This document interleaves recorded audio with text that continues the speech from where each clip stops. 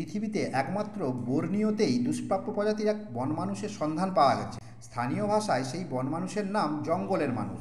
জঙ্গলের সেই মানুষ পৃথিবীতে কী নামে বেশি পরিচিত? ওরাং ওটাং।